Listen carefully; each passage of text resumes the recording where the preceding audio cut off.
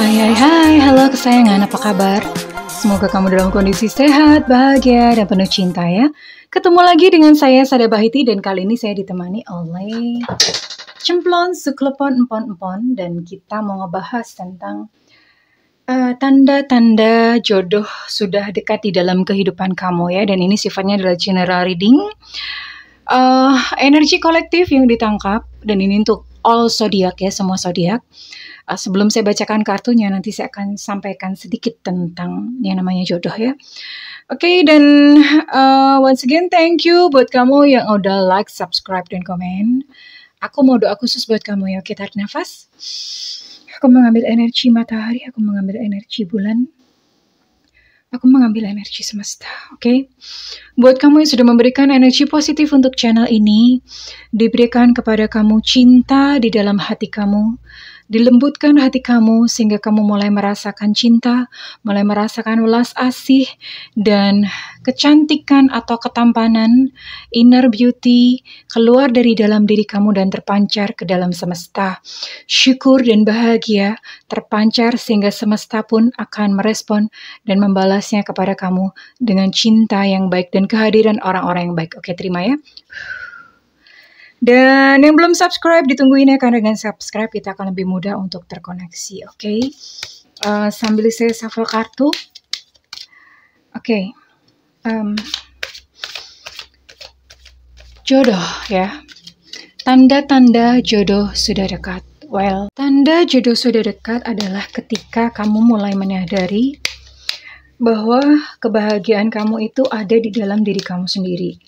Tanda-tandanya adalah ketika kamu sudah bisa menerima dan bahagia bahwa being single is okay, artinya bahwa tidak menikah pun atau tidak jodoh datang atau tidak datang itu satu hal yang biasa, tidak ada efeknya sama sekali. Mengapa demikian? Karena itu berarti bahwa kebahagiaan sudah terletak di dalam diri kamu sendiri, bukan tergantung kepada orang lain.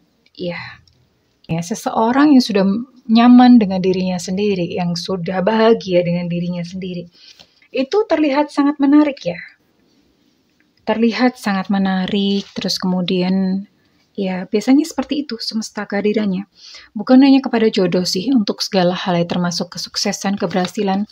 Semesta memiliki sistem bahwa ketika kamu sudah mulai bisa melepas kemelekatan, justru yang diharapkan itu malah datang.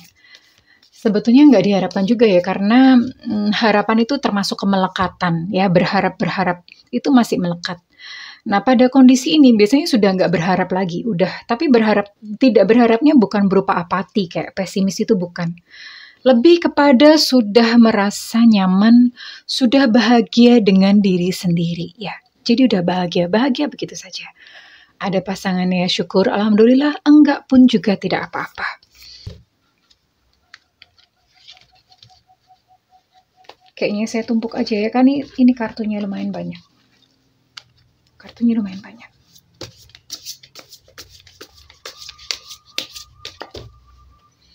Saya tumpuk saja.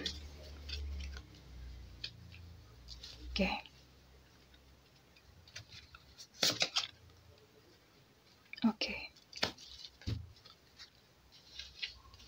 Untuk tarotnya di sini ada Sage of Wands dan juga ada Two of Pentacles reverse. Ini banyak banget ya, saya pakai berbagai macam oracle untuk menguak luka-luka batin juga, menguak apa yang belum beres, karena mengetahui akar dari sebuah emosi itu akan menyembuhkan dan kamu bisa menuju menjadi satu pribadi yang peaceful, yang utuh. Oke. Aha. Banyak banget. Ini mungkin agak panjang nanti videonya. Mudah-mudahan teman-teman gak bosen ya. Karena kalau biasanya saya berbicara atau ngobrolin tentang pemberdayaan diri, biasanya sangat kurang peminatnya. Padahal ini justru yang mengubah hidup, benar-benar mengubah hidup ya. Dan semua yang saya katakan di sini itu saya sudah praktekkan. Jadi saya bukan hanya sekedar sharing tentang teori, no. Ya, dari pengalaman kehidupan saya mempraktekkan banyak hal dan ini adalah salah satunya. Oke.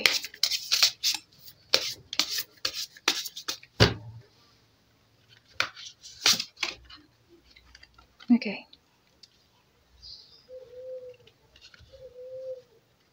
Wow, keren banget. Oke. Oke. Di sini ada Six of Wands dan Two of Pentacles. Six of Wands. Jodoh mulai mendekat ketika kamu sudah mulai memegang kendali dalam hidupmu sendiri. Ya, memegang kendali itu artinya bahwa you in charge. Kamu itu berkuasa atas kebahagiaan kamu sendiri. Kamu bahagia dengan dirimu sendiri. Artinya apa? Kamu sendirian pun itu kamu bahagia.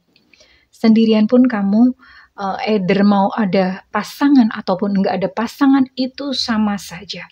Kenapa demikian? Karena kebahagiaan kamu itu tidak tergantung kepada orang lain. Kamu sudah bisa bahagia dengan diri sendiri, ya. Sendiri pun itu sudah bisa bahagia. Kenapa demikian? Karena pada kondisi ini kamu sudah merasa utuh, ya. Sudah merasa utuh. Nah, sekali lagi bahwa bahasa semesta adalah bahasa rasa.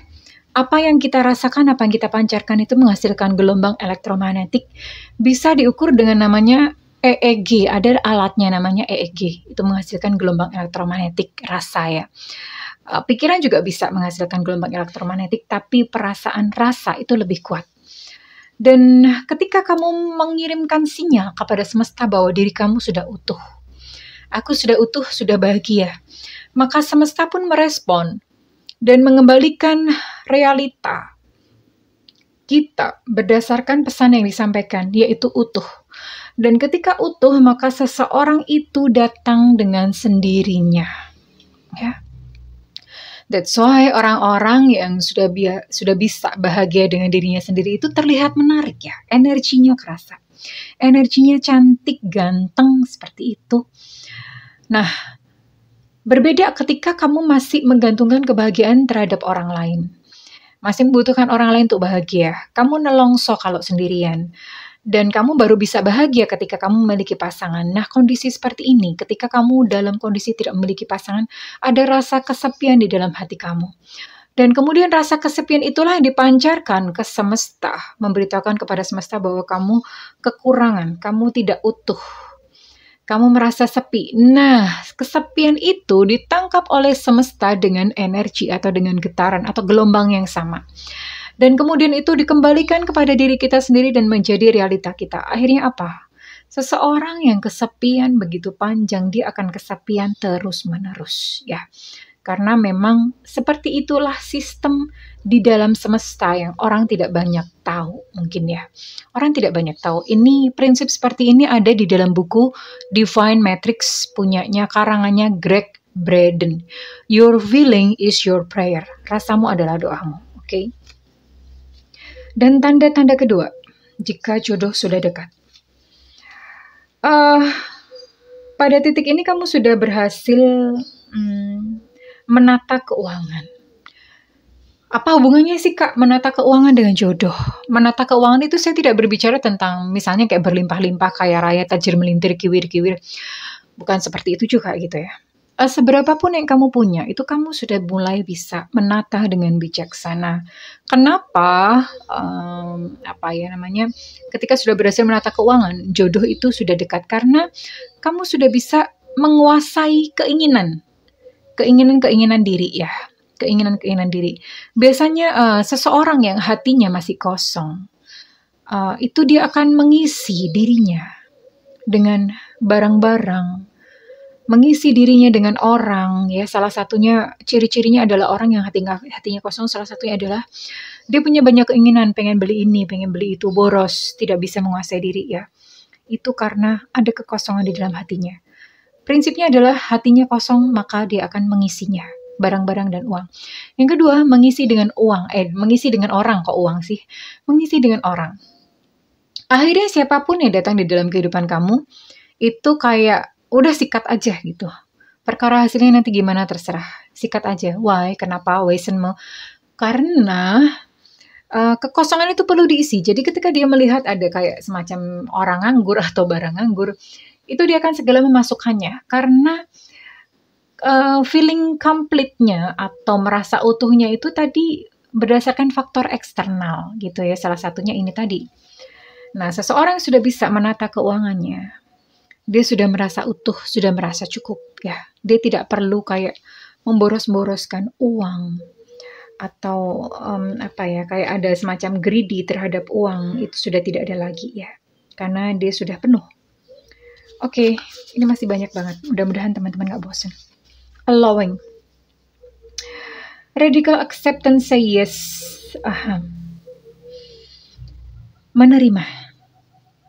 Menerima bahwa kamu sekarang, mungkin kalau beberapa teman yang merasa kesepian itu diterima saja, tidak perlu ditolak. Iya, diakui, kayak omongin bahwa iya, aku sedang merasa sepi. Ya, bilang pakai kata-kata merasa, jangan bilang iya aku kesepian. No, itu nanti jadi identitas diri.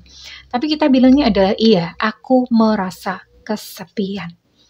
Aku memang sedang merasa kesepian. Ya, aku merasakan aku membutuhkan seseorang, dan itu adalah fully aware atau menyadari bahwa memang di dalam dirinya ada kekosongan. So, diterima saja kondisi tersebut mengalir ya. Kenapa demikian? Karena pada saat titik sudah berada di dalam acceptance atau penerimaan, itu ego tiarap. Ego tiarap artinya itu kayak misalnya bahasanya kayak semacam ikhlas ya, itu udah ikhlas, sudah nyerah. Ya, aku ngerasain kok. Iya, gitu ya. Itu udah langsung tiarap. Word. Ini keren banget. You are love itself. Kamu itu adalah cinta sendiri. Jadi ketika kamu menyadari bahwa diri kamu itu adalah cinta, kamu tidak memerlukan cinta dari luar kok. Cinta itu bukan diambil dari luar, tapi cinta itu tumbuh dari dalam, mekar dari dalam, ya, keluar sendiri dari dalam.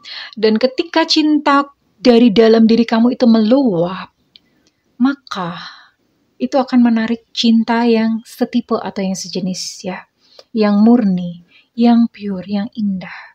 Tapi jika kamu masih terus-menerus untuk mendownload cinta dari luar, ini ciri-cirinya adalah, kenapa kok dia nggak mencintai aku? Kak, gimana caranya supaya dicintai orang? Orang pada fase ini, ciri-cirinya dia akan minta pengasihan. Kak, gimana caranya? Minta jimat, minta apa? Itu masih berada di ciri-ciri gini. Mendownload cinta itu dari luar. Dia tidak paham bahwa dirinya sendiri sebetulnya adalah cinta. Ya. Dan orang yang berada pada fase bahwa dia mengerti dirinya adalah cinta, itu kayak seolah-olah, saya sering bilang dalam video, menjadi pusaran cinta. Nah, kalau menjadi pusaran cinta, itu kan akan muter-muter ya, otomatis muter-muter itu akan menarik cinta-cinta yang indah, yang sesuai dengan kualitas jiwa, sesuai dengan kualitas dirinya. Tapi kalau misalnya masih download dari luar, nah itu kualitasnya dipertanyakan ya. Karena kalau dari luar ya, tentu saja kualitasnya kualitas mereka, bukan kualitas kita. Oke. Mudah-mudahan bisa dipahami dan mudah-mudahan bisa dimengerti. Mudah-mudahan bahasa saya tidak terlalu rumit. Oh, dan beberapa dari kalian yang masih terjebak dalam kesadaran korban. Kesadaran korban itu artinya, ini buat kamu yang mungkin pernah ditinggalin, di ghosting dan segala macam ya. Merasa dizolimi, merasa tidak adil. Aku tuh nggak salah apa-apa, dia ninggalin aku ini korban. Nah, tanda-tanda jodoh sudah dekat, yang namanya victim consciousness atau kesadaran korban ini sudah hilang. Sudah tidak ada. Tidak lagi menyalahkan yang di luar. Karena pada titik ini, kita akan menyadari bahwa semuanya itu adalah gambaran atau cerminan dari diri kita sendiri ya. Kita mengundang realita kita sendiri. Prinsipnya seperti itu. Nah, kalau misalnya masih berada dalam kesadaran korban, ini sekalipun ketemu orang pun, itu akan melukai dia lagi, terus begitu sampai dia bisa keluar dari yang namanya kesadaran korban. Ya, itulah karenanya makanya saya jarang mengajarkan untuk meladeni ego seorang korban terzolimi, merasa diperlakukan tidak adil, terus kemudian berharap bahwa yang menyakiti itu kena karma, itu adalah kesadaran korban. Ya, maafkan dia melukai kamu. Ya, maafkan dia melukai kamu dan sadari bahwa kamu pun turut mengundang orang yang melukai kamu tersebut. Sadari itu, bukan melulu menyalahkan pihak luar. Karena segala sesuatunya yang terjadi dalam kehidupan kita adalah kita sendiri yang mengundangnya. Temptation, oke. Ini sepertinya ada satu kartunya tadi. Di sini temptation versus passion. Tidak lagi mudah tergoda ya. Tidak lagi mudah tergoda. Maksudnya tergoda ini saya berbicara tentang about sexually. Ya. Kenapa demikian? Karena ketika seseorang yang mudah tergoda, itu once again dia tidak bisa menguasai diri, ya. Dia tidak menguasai diri dan akhirnya menyerah kepada yang namanya ego, nafsu, ya. Menyerah kepada ego, menyerah kepada nafsu. Dan ketika seseorang berada fase ini jauh nih, masih jauh banget. Paling-paling kalau misalnya ketemu dengan orang, ya akhirnya cuma having fun doang. Having fun, having sex, and then leave. Begitu melulu ya. Tidak akan pernah ada yang menemukan cinta sejati. Karena kenapa? Memang kebutuhannya ini masih di cakra dasar melulu. Masih di cakra seks melulu ya. Temptation, godaannya banyak di sini. Masih mudah tergoda. Nah, ketika seseorang yang sudah utuh, tidak mudah tergoda, dia mengerti bahwa kualitas diriku tuh nggak sembarangan. Aku tidak akan memberikan sembarangan diriku ini kepada orang begitu saja. Ya, dia bisa menghargai diri sendiri. Nah, pada saat seseorang pada fase dia bisa menghargai diri sendiri, tidak mudah tergoda. Itu adalah satu tanda atau jodoh bahwa jodoh sudah dekat. Oke. Rasa bersalah sudah mulai hilang. Memaafkan diri sendiri, ya. Memaafkan diri sendiri, mulai bisa menerima bahwa oh ya aku pernah melakukan kesalahan. Oh ya aku pernah bodoh, aku pernah gagal, aku pernah melakukan kesalahan. Tapi itu aku yang dulu. Aku yang sekarang adalah aku yang baru. Ya. Jadi mulai bisa memaafkan diri sendiri. Kenapa demikian? Ketika kamu merasa bersalah, maka sebenarnya realita kamu itulah yang menghukum diri kamu sendiri. Ya. Mudah-mudahan gak sulit. Buddha kadang-kadang susah menemukan satu bahasa. Ketika kamu memancarkan rasa bersalah, pandangan kamu terhadap kehidupan itu yang akan mengundang realita dalam hidup kamu sendiri. Kamu merasa bersalah, kamu merasa berdosa, wah itu banyak itu. Nanti akan banyak kejadian-kejadian negatif yang akan datang kepada kamu. Kenapa? Kamu kayak seolah-olah mendatangkan hukuman buat diri sendiri. Iya aku salah, hukum aku, seolah-olah berkata seperti itu. Tanpa sadar. Tapi it's system. Ini ada di dalam sistem dan karena itu berhati-hati dengan rasa bersalah. Tanda jodoh sudah dekat adalah kamu sudah mulai enjoy dengan diri kamu sendiri. Kamu melakukan apa yang kamu suka.